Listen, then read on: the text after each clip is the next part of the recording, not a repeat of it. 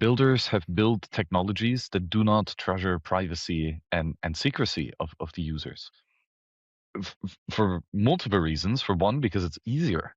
Like to create an anonymizing technology is not trivial. It requires skill and dedication and time. And then also the research just wasn't there.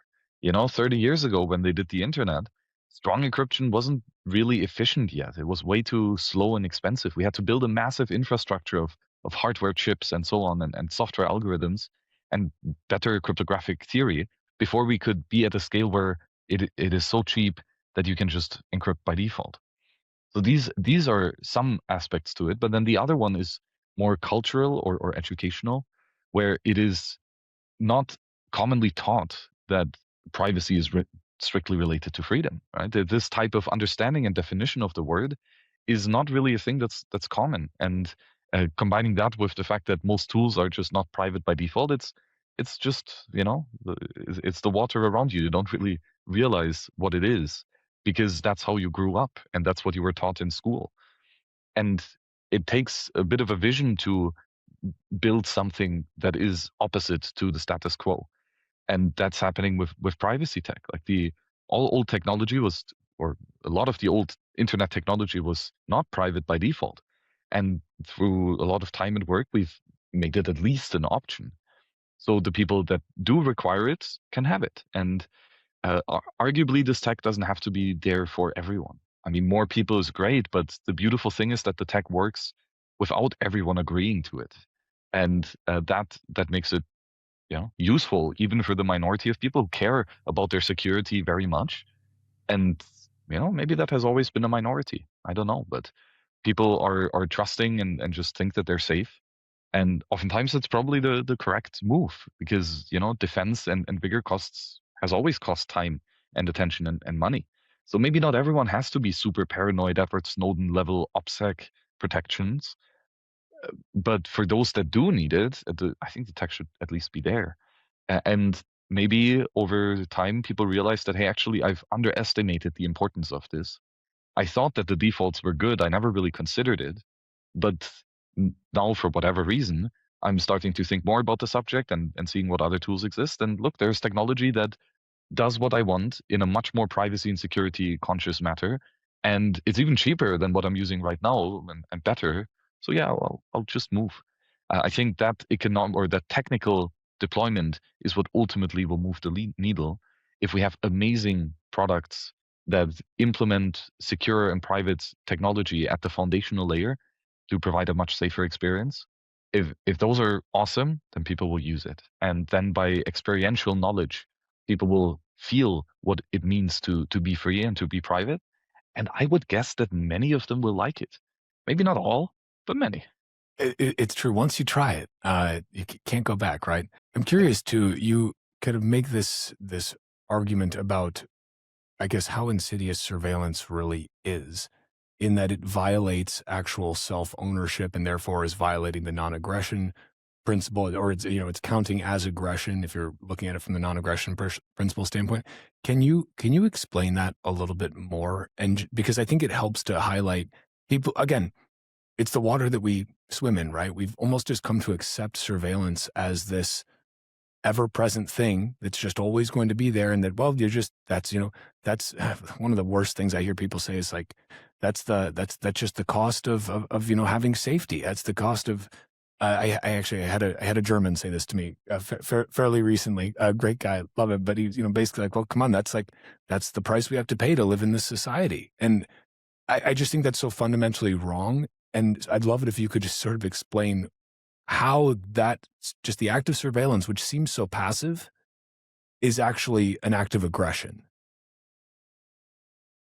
Yeah, the extreme example of this is waterboarding. Right? Someone wants to get a secret and he starts torturing you until you give out the secret, right? He wants you to selectively reveal yourself in a way that you don't want. He wants the secret and you don't want to give it. And obviously applying physical torture to this is bad. Like regardless for what reason, but including for the reason to get secrets out of people, you shouldn't torture them. Uh, obvious. If you have, a letter in your house and it's sealed or something and someone breaks in through the door, and opens the letter, then he was trespassing through your house. That's theft. So shouldn't be allowed. Then the interesting part though is what can you do about it? And for one, physical protection is a good one, but then also protection of your resources. You should have a lock on your door, maybe some security cameras, etc. And same for your digital infrastructure. People can just use your computer despite you wanting them. And it's difficult to sue people in cyberspace because, well, they can be totally anonymous. So it's a much more fruitful way to protect your infrastructure against intrusion and to recognize early if anything happens.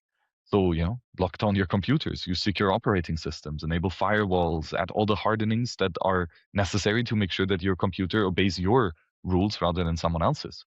And you have a right to do that, right? If what's happening now with Google, etc., that they want to prevent you from installing side-loaded applications, that's a violation of your property right. It's your computer. You should be able to do whatever you want with it, as long as you're not infringing on someone else's property right. And installing an application obviously is a reasonable and good thing to do, or like removing the Google applications. And so all of these big tech companies don't allow you to remove those companies from your life. They want to keep you and keep interacting with you. And then a lot of coercion comes in as well. Like coercion is when you basically lie about a contract. Or so yeah, no, not really coercion. I mean contractual violations, fraud.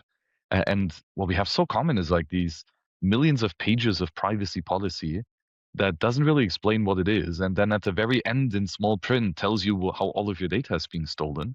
That's not really a forthright contract if you think about it. Like these are some things that should be quite obviously stated and not in endless pages of legalese. That doesn't have to be there.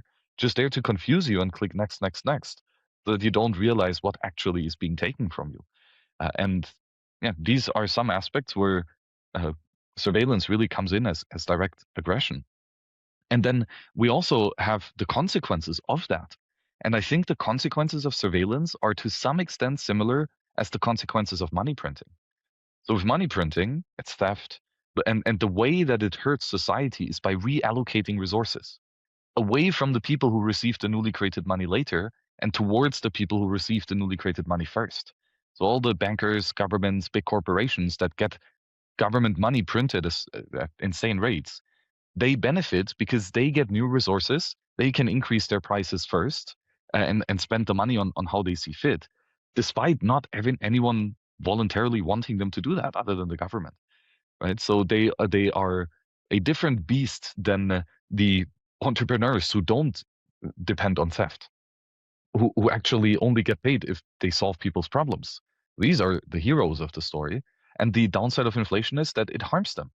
People who would have produced something beautiful that people would have wanted to buy can no longer afford it because the price of resources, etc., goes up too much because it was stolen by the money printers. And that leads to misallocation of capital. So we build stuff that we actually don't really need. It's the stuff the government wants. And we don't build the stuff that the people need, right? The actual consumers that would pay for something voluntarily. And that leads to a boom and bust cycle where the economy first flourishes because the government is throwing money at everything. But then sooner or later it will crash because we realize that we've used up all of the resources needed for any of the other projects. And now we have to liquidate and everyone's bankrupt again. These are big issues that the money printing causes. And I think analogous to this, we have similar with surveillance. If you are surveilled and you know that the adversary can see how much money you have, with whom you're trade, and what you're buying and what you're doing with those goods, then you change your decisions. You no longer buy the books that are on the government blacklist. You no longer buy the medicine that doesn't have FDA approval, etc. Because, well, if you do something that the dictator doesn't like, he will punish you in whatever shape or form. And we've seen this in the communist empire, where if you were not in the communist party, then your kids would not go to school. And of course, that depends on the surveillance of they know who's not in the Communist Party. Without surveillance, this type of action wouldn't or punishment wouldn't really be possible.